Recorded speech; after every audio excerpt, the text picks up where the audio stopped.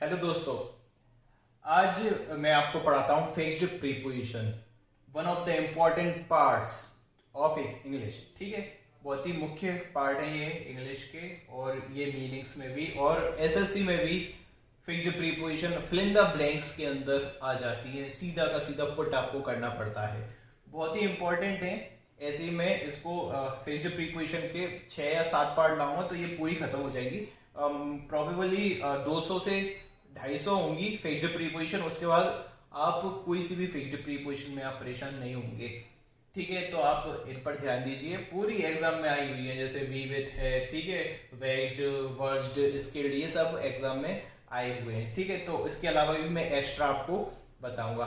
और यदि आपने अभी तक चैनल को सब्सक्राइब नहीं किया तो चैनल को सब्सक्राइब कीजिए और शेयर कीजिए, अपने फ्रेंड्स में भी बताइए, और टेलीग्राम के ग्रुप से आप ज्वाइन हो जाइए। तो उसमें ये जो पूरा इसका पीडीएफ या इसका फोटो मैं आपको टेलीग्राम पर सेंड कर दूंगा, तो कोई भी आपको कहीं से कहीं तक कोई भी दिक्कत नहीं आएगी। देखो, पहला हमारा है मीनिंग है वी, इसको वाई भी पढ़ते हैं, वी भी पढ़ते हैं। इसका मतलब होता है कंपीट करना, प्रतिस्पर्धा करना, किसी व्यक्ति के साथ प्रतिस्पर्धा करना। ठीक है, जैसे कि मैंने इसमें एग्जांपल लिखा है, Rahul wheat with his close friend in this competition. जो राहुल था उसने अपने दोस्त के साथ क्या किया, कंपीट किया, प्रतिस्पर्धा की, किसमें, इस प्रतियोगिता में। इन दिस कंपटीशन यानी इस प्रतियोगिता में राहुल ने अपने दोस्त के साथ क्या की, प्रतिस्पर्धा की। तो इसको हम वी या इसके अलावा हम क्या लिख सकते हैं, उसको कंपीट। कंपीट यानी भी क्या होता है, प्रतिस्पर्धा करना, कंपीट। ठीक है, कंपीट यानी भी क्या होता है, प्रतिस्पर्धा करना।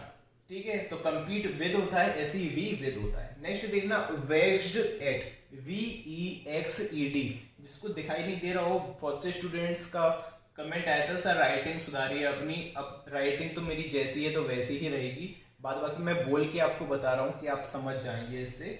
वेक्स्ड एट यानी होता है परेशान होना, किसी चीज के प्रति परेशान होना, या इसको वेक्स के स्थान पर हम एक और मीनिंग लिख देता हूं, पजल्ड भी आ सकता है। ठीक है, पजल्ड, पजल्ड यानी क्या होता है, पहेली होती है ना, पजल, पहेली में हम क्या हो जाते हैं, परेशान हो जाते हैं, ऐसी पजल्ड, पजल्ड या वेक्स्ड। वेक्स्ड यानी क्या होता है, परेशान होना। इसका मैंने एग्जांपल लिख रखा है, he was vexed at this problem, वह इस समस्या से क्या हो गया था, परेशान हो गया था, वह इस समस्या से परेशान हो गया था। He was vexed at this problem या he was puzzled at this problem। आगे समझ में। नेक्स्ट देखना, वर्स्ड एट या स्किल्ड एट, या इसके अलावा आता है अडेप्ट इन, ADEPT, अडेप्ट इन।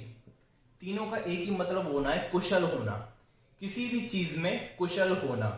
ठीक है, वर्स्ड यानी स्किल्ड, जिसमें जैसे मैं इंग्लिश अच्छी पढ़ाता हूं तो मैं स्किल्ड हूं इंग्लिश में। ठीक है, मैं अडेप्ट हूं इंग्लिश में, या मैं वर्स्ड हूं इंग्लिश में। तो देखो, वर्स्ड के साथ एट का प्रयोग करते हैं, स्किल्ड के साथ एट का प्रयोग करते हैं, लेकिन अडेप्ट के साथ इन का प्रयोग करते हैं। तो मैंने इसमें एग्जांपल दिया हुआ है, he is versed eight playing the piano, वह पियानो बजाने में क्या है, निपुण है। कोई गिटार बजाने में भी हो सकता है, मैंने एग्जांपल दिया है, वह पियानो बजाने में क्या है, निपुण है। ठीक है, या इसके स्थान पर हम कर सकते हैं, he is skilled at playing the piano, या he is adept in playing the piano. Clear है, आया समझ में, सबको समझ में आएगा, मुझ पर विश्वास कीजिए। ठीक है, मैं रेगुलर आपको वीडियो प्रोवाइड कराऊंगा, और जितना भी मैं पढ़ा रहा हूं आप इसको मेमोराइज कर लीजिए, ये आपको बहुत काम आएगा। ठीक है, किसी भी कंपेटिटिव एग्जाम में, और स्टेट लेवल के एग्जाम में तो ये पूरा ही आ जाएगा। ठीक है, नेक्स्ट देखना, सिंपैथी फॉर, पहला दिया है सिंपैथी फॉर, ध्यान से देखना सभी में अंतर है। सिंपैथी फॉर, सिंपैथेटिक टू, या टूवर्ड्स भी होता है कई बार, टूवर्ड्स। ठीक है, देखते जाइए, सिंपैथी फॉर, सिंपैथेटिक टू या टूवर्ड्स, और सिंपैथाइज विद। ठीक है, इन सब का मतलब क्या होता है, सहानुभूति दिखाना। सभी का मतलब क्या होता है, सहानुभूति या सहानुभूति दिखाना। जैसे कि मैंने सिंपैथी का लिखा हुआ है example, we should have sympathy for the poors. यहाँ पे इसको मत देखना, ये मैंने थोड़ा गलत लिख दिया, मैं जो बोल रहा हूं उसको आप लिखिए। हमें गरीबों के प्रति सहानुभूति पूर्ण भाव देना चाहिए या उनके प्रति सहानुभूति हमारे अंदर होनी चाहिए। तो आप लिखना example, we should have sympathy for the poor. We should have sympathy for the poor. ठीक है, सिंपैथेटिक का यूज देखना। ठीक है, सिंपैथेटिक का यूज होगा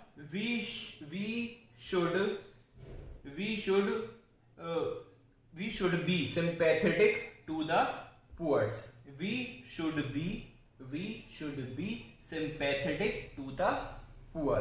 ठीक है, आया समझ में? देखो, we have sympathy for the poor, हमें गरीबों के प्रति सहानुभूति दिखानी चाहिए या हमारे अंदर गरीबों के लिए सहानुभूति होना चाहिए। दूसरे का भी मतलब यही है। ठीक है, we should be sympathetic to the poor। ठीक है, हमें सहानुभूति पूर्ण व्यवहार रखना चाहिए गरीबों के लिए। एक ही मतलब है। देखो, सिंपैथी के साथ फॉर, सिंपैथेटिक के साथ टू या टूवर्ड्स, और सिंपैथाइज के साथ क्या लगेगा? विद लगेगा। तो एग्जांपल लिखना, we should sympathise with the poor. We should sympathise with the poor. एक और बार ध्यान से सुन लीजिए आप, we should have sympathy for the poor. We should be sympathetic to या towards the poor. We should sympathise with the poor. आ गया? सभी का मतलब क्या होता है? सहानुभूति जताना या सहानुभूति होना, सहानुभूति पूर्ण अपना व्यवहार देना। ठीक है, नेक्स्ट देखना, वर्दी ऑफ। वर्दी ऑफ का क्या मतलब होता है? लायक होना। वर्दी ऑफ का मतलब क्या होता है? लायक। देखो, इसको मैं थोड़ा मिटा देता हूं ऊपर का, आपको क्लियर हो। इससे मैं आपको सीधा बताऊंगा कि एसएससी में ये कैसे आया हुआ है ये क्वेश्चन। ठीक है, देखो इसको पूरा मिटा देते हैं। देखो, वर्दी ऑफ यानी क्या होता है? लायक होना। एक एरर आया था एसएससी में, जैसे कि ही इज अ वर्दी man of, he is a वर्दी मैन ऑफ प्रेज। इस टाइप का था, ये तो नहीं था सेम। ठीक है, वह प्रशंसा करने लायक व्यक्ति है। वह प्रशंसा करने लायक व्यक्ति है। तो देखिए, इसमें ये जो वर्दी का स्थान है, ये एडजेक्टिव है। सबसे पहले तो वर्दी क्या है? एडजेक्टिव। आपने पढ़ा होगा, यदि आपको आता है तो, कि एडजेक्टिव का प्रयोग हमेशा नाउन के पहले हम करते हैं। तो देखो, मेन क्या है यहाँ पर? नाउन है, बिल्कुल सही। इसके पहले हम किसका प्रयोग कर रहे हैं? एडजेक्टिव का प्रयोग कर रहे हैं। लेकिन यदि कोई ऐसे एडजेक्टिव होते हैं जिनके साथ एक फिक्स्ड प्रीपोजिशन लग रही हो, जैसे कि वर्दी हो गया, अफ्रेड हो गया। अफ्रेड के साथ कौन सी प्रीपोजिशन लगती है बताइए? ठीक है, ऑफ का प्रयोग किया था। अफ्रेड के साथ ऑफ का प्रयोग किया जाता है। ठीक है, तो देखो, वर्दी है, वर्दी लिखा हुआ है। तो इसमें हम क्या करेंगे? जो वर्दी के साथ प्रीपोजिशन कौन सी लगनी है? ऑफ, यहाँ पर लिखा हुआ है। ठीक है, मैंने बताया हुआ है। तो इसमें हम चेंज करते हैं, मैन को पहले ले आएंगे, वर्दी को बाद में ले जाएंगे। तो ये बन जाएगा आपका sentence, he is a man worthy of praise. वह प्रशंसा के लायक एक व्यक्ति है कि उसकी प्रशंसा की जानी चाहिए। ठीक है, वह प्रशंसा के प्रति एक व्यक्ति है। ठीक है, तो देखो, इसमें भी मैंने लिखा है, he is a boy worthy of praise. वह एक प्रशंसनीय लड़का है या वह प्रशंसा के लायक एक लड़का है। इसका मतलब होता है वर्दी ऑफ का मतलब लायक होना। ठीक है, जैसे it is a movie worthy of watching. ये देखने लायक पिक्चर है। It is a movie worthy of watching. इसको भी आप रख सकते हो, it is a movie worthy of watching. ठीक है, अफ्रेड होता है, अफ्रेड। ठीक है, अफ्रेड के साथ क्या लगता है? ऑफ लगता है। जैसे कि he is a boy afraid of ghosts. ठीक है, या लॉइन। वह ऐसा लड़का है जो किससे डरता है? शेरों से डरता है। तो मैं इसको लिख दूंगा, he is the boy afraid of Lions. ठीक है, नेक्स्ट देखना, जेस्ट फॉर। जेस्ट फॉर का मतलब होता है उत्साह होना, किसी चीज के लिए उत्साह होना। जैसे मैंने इसमें लिखा है, he had a great zest for government jobs. उसके अंदर, उसके मन में गवर्नमेंट जॉब्स के प्रति क्या था? उत्साह था। गवर्नमेंट जॉब के प्रति क्या था? उत्साह था। ठीक है, he had a great zest for government job. तो इसका मतलब क्या होता है? किसी चीज के लिए उत्साह होना या किसी चीज की भूख होना, किसी चीज के लिए पैशनेट होना। ठीक है, रिच इन। रिच यानी होता है संपन्न होना, बहुत मात्रा में होना। क्या होता है? रिच इन यानी संपन्न होना। जैसे कि milk is rich in minerals, जो दूध होता है वह मिनरल से क्या होता है, संपन्न होता है, या विटामिन से क्या होता है, संपन्न होता है। बहुत प्रकार के मिनरल्स होते हैं, बहुत प्रकार के क्या होते हैं, इसमें विटामिन होते हैं, मतलब बहुत सारी अच्छी अच्छी चीजें मिल्क के अंदर होती हैं। तो milk is rich in minerals. जैसे कि हमारा मध्य प्रदेश है, ये सोयाबीन के मामले में क्या है, रिच है, तो Madhya Pradesh is rich in soybean. ठीक है, ऐसे हम प्रयोग करेंगे। आपका भी जो एरिया होगा, तो आप जिसके लिए आपके क्षेत्र में जो इंपॉर्टेंट हो, तो वो उसमें क्या हो जाएगा, रिच इन हो जाएगा, साधन संपन्न हो जाएगा। ठीक है, गेट रिड ऑफ यानी होता है छुटकारा पाना। गेट रिड ऑफ यानी क्या होता है, छुटकारा पाना। तो देखना मैंने इसके लिए लिखा है, he will soon get rid of negative thoughts, वह जल्द ही नकारात्मक विचारों से छुटकारा पा लेगा। वह जल्द ही नकारात्मक विचारों से क्या पालेगा, छुटकारा पालेगा। He will soon get rid of negative thought. आपके लिए इतनी मेहनत हम लोग करते हैं, तो कृपया ध्यान रखिए, चैनल को सब्सक्राइब कीजिए और रेगुलर वीडियो को आप वॉच कीजिए। ठीक है, जिससे हमें मोटिवेशन मिलेगा और हम आपके लिए और भी अच्छे अच्छे कंटेंट लेके आएंगे और अच्छे से आपको मोटिवेट भी करेंगे और आपकी हेल्प भी करेंगे। और मैंने जितना भी एक्सपीरियंस किया है एग्जाम क्लियर करने के बाद, तो मैं आपको सभी चीज़ के बारे में बताऊंगा। ठीक है, ये आपके पास वैसे भी लॉकडाउन का गोल्डन चांस है, तो आप इसका यूज़ कीजिए, और मैं भी इसको अभी रेगुलर बेसिस पे पढ़ा रहा हूँ। ठीक है, नेक्स्ट देखना, एंडोड विथ। एंडोड विथ का मतलब क्या होता है, किसी के अंदर कुदरती नेचुरली कोई विशेष टैलेंट हो, विशेष प्रतिभा हो। एंडोड विथ यानी क्या होता है, विशेष प्रतिभा का होना, अंदर से जन्म जाति। ठीक है, जैसे कि किसी को अच्छी राइटिंग का टैलेंट होता है, जो भगवान उसको देता है, पहले से ही देता है, इनबुल्ट भी बोल सकते हैं उसको। ठीक है, बात करने का किसी का अच्छा बिलीवर हो सकता है, अच्छा तरीका हो सकता है, अच्छा टैलेंट होता है बात करने का। ठीक है, तो जन्मजाति होना किसी चीज का।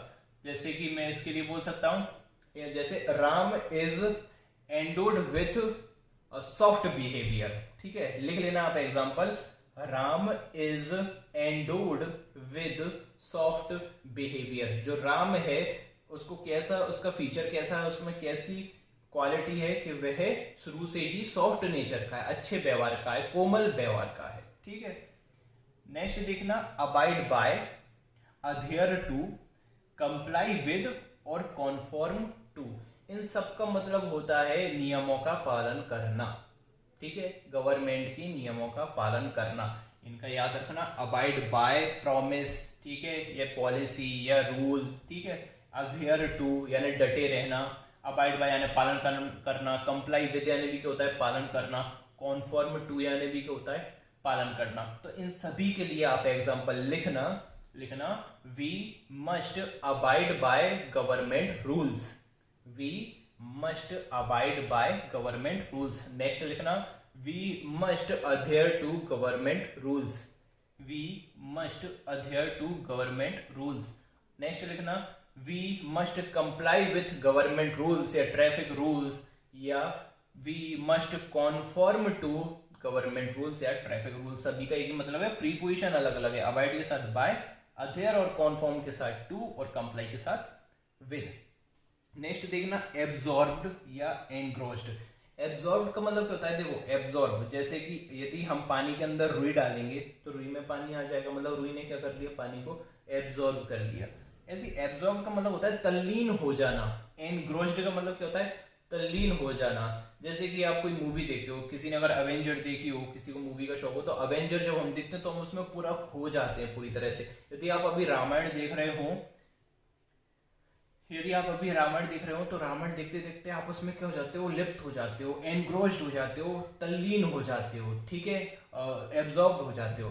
तो लिखना, इसका एग्जांपल लिखना, he is completely absorbed in Ramayan.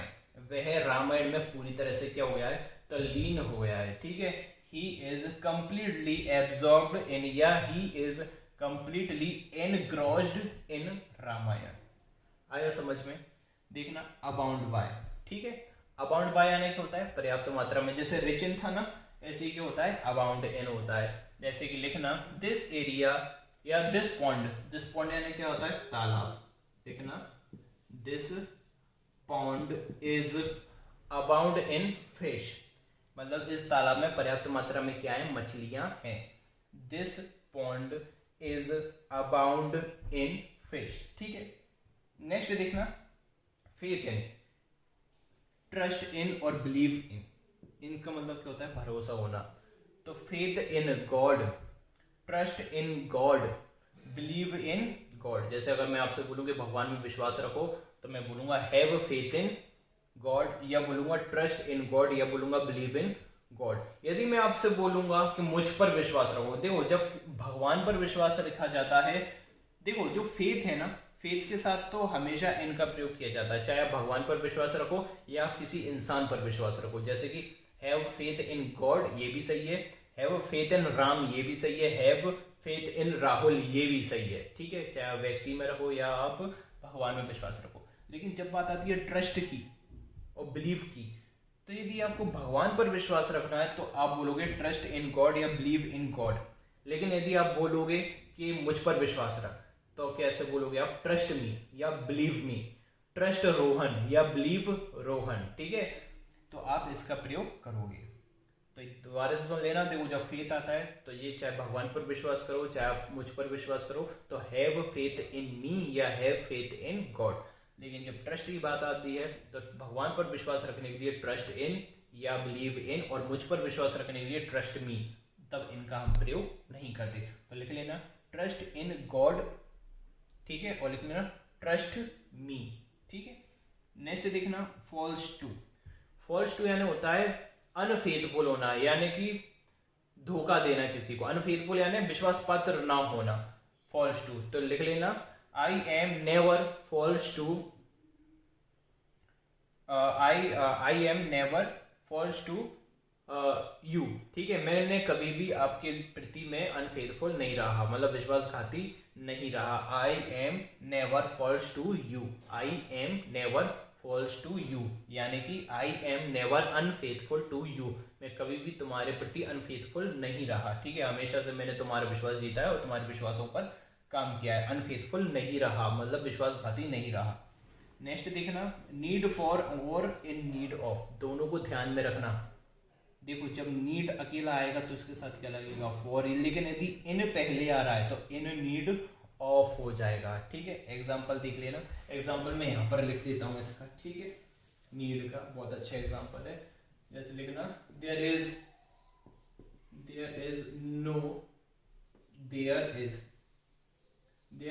no need for money, मतलब पैसे की बिल्कुल भी आवश्यकता नहीं है। ठीक है, there is no need for money, पैसे की बिल्कुल भी आवश्यकता नहीं है। लेकिन अगर मैं बोलूँ कि मुझे पैसे की आवश्यकता है तो मैं बोलूंगा I am in need of money, need of money, I am in need of money. There is no need for money, देखो इन नहीं लग रहा ना, इसमें नो लगा हुआ है तो नो नीड फॉर मनी। लेकिन अगर इन लगा दिया और नीड आ रहा है तो उसके साथ क्या लगेगा? ऑफ लगेगा। ठीक है, तो मुझे पैसे की आवश्यकता है और यहाँ पर पैसे की आवश्यकता नहीं है, धन की आवश्यकता नहीं है। तो ये आज के लिए इतना ही। कृपया अपना फीडबैक जरूर बताइए, आपको अच्छा लग रहा है पढ़ना तो हम आगे कंटिन्यू करें। ठीक है, आप कमेंट कीजिए, आप कमेंट नहीं करते, लाइक नहीं करते तो हमें पता कैसे चलेगा। और कृपया अगर हो सके तो आप बताइए कि मेरा ये वीडियो कहाँ कहाँ तक पहुँच रहा है, किस किस रीजन से आप लोग इसको देख रहे हैं। यदि हो सके तो कृपया बताइए। ठीक है, नमस्कार।